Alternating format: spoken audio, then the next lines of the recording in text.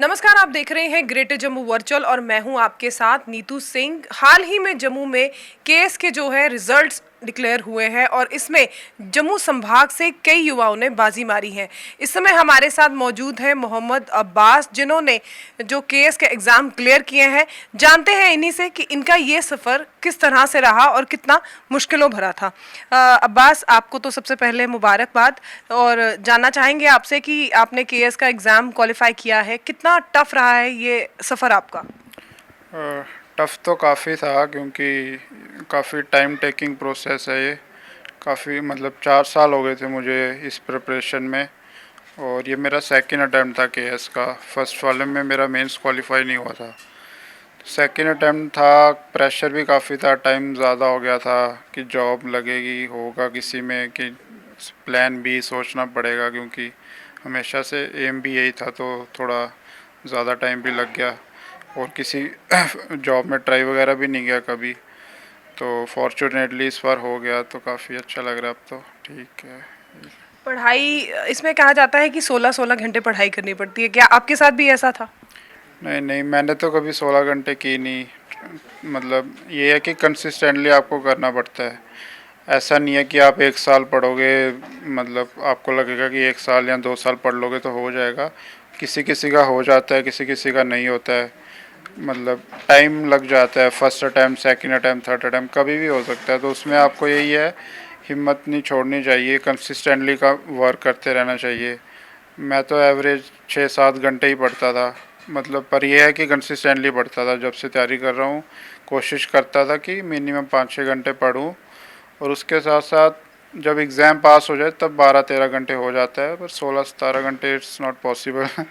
तो ठीक है, इतने ही 6-7 घंटे इज़ एनफ।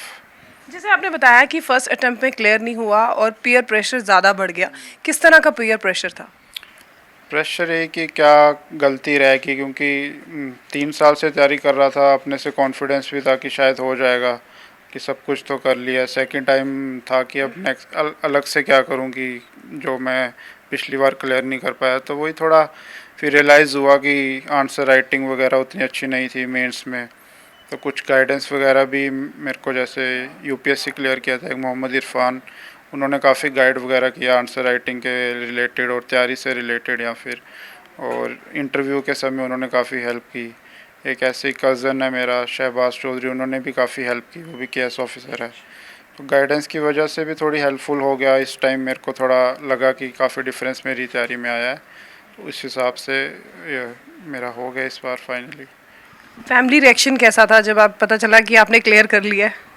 फैमिली रिएक्शन बहुत इमोशनल, खुश भी थे सभी, मतलब खुश तो थे ही बट इमोशनल भी हो गए थे क्योंकि काफ़ी टाइम से कर रहा था मैं तैयारी और मेरा एक ड्रीम भी था। तो उनको बहुत रिलैक्स फील हो रहा था अब कि चलो फाइनली इसको हो गया है, कुछ अब वैसा प्रेशर नहीं है जॉब वगैरह का और सब कुछ। तो काफ़ी अच्छा था, सबने काफ़ी सपोर्ट किया इसमें, तो it was very good. Mohammad Abbas के पेरेंट्स भी हमारे साथ मौजूद हैं, जानने की कोशिश करेंगे इनसे कि क्या कुछ कहना है इनका। सर, पहले तो आपको मुबारकबाद। मोहम्मद अब्बास ने केएस के एग्ज़ाम जो है क्वालिफाई कर लिए हैं।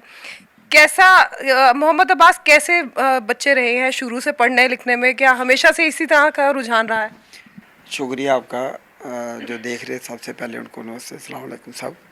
मसला ये है कि शुरू में तो शायद जब भीग थे पढ़ने में थोड़े, तो फिर इनको आस्ते आस्ते आस्ते 8वीं 10वीं जब पहुँचते गए, 9th 10th 11th 12th में, तो आस्ते आस्ते बहुत अच्छे हो गए, बहुत ही बढ़िया हो गए, जितना हमने सोचा भी नहीं था इतने बढ़िया हो गए, सच की बात है। तो बाकी ये है कि बाकी ये है कि इनको पढ़ने में जब भी मैं बोलता था, सुबह 4 बजे जगाता था, ये मेरे हर बात को मानते थे। उसकी वजह से चलो आज कामयाबी हो गई, इनको भी इनकी जो ख्वाहिश थी वो भी पूरी हो गई, हमारी तो दिल की तमन्ना भी पूरी हो गई। और इनको बड़ी बड़ी बात यह है कि ये हर बात को, जिस बात को मैं बोलता था यहाँ खड़े रहो, वो अपने टाइम पे, मतलब ये कभी इनकार नहीं करते थे। कुछ बच्चे इनकार करते हैं, वो करते हैं, वो नहीं, इन्होंने बहुत वो किया, तो आज इनको कामयाबी मिल गई सर। पिता के लिए बच्चों को कामयाब होते देखना बहुत ही बड़ी बात मानी जाती है, क्योंकि जब बच्चे इस तरह से उत्तीर्ण करते हैं, आगे बढ़ते चले जाते हैं, तो शायद कहा जाता है ना कि पिता का जो सीना है वो गर्व से और चौड़ा हो जाता है। इसमें कोई शक नहीं है कि मैं मेडिकल डिपार्टमेंट में एक जॉब करता हूँ, वहाँ पे काफ़ी देर से मैं देखता था डॉक्टरों के बच्चे वो अपने कैसे जगाते हैं, कैसे पढ़ाते हैं, मैं उनसे भी कुछ गाइडेंस लेता था।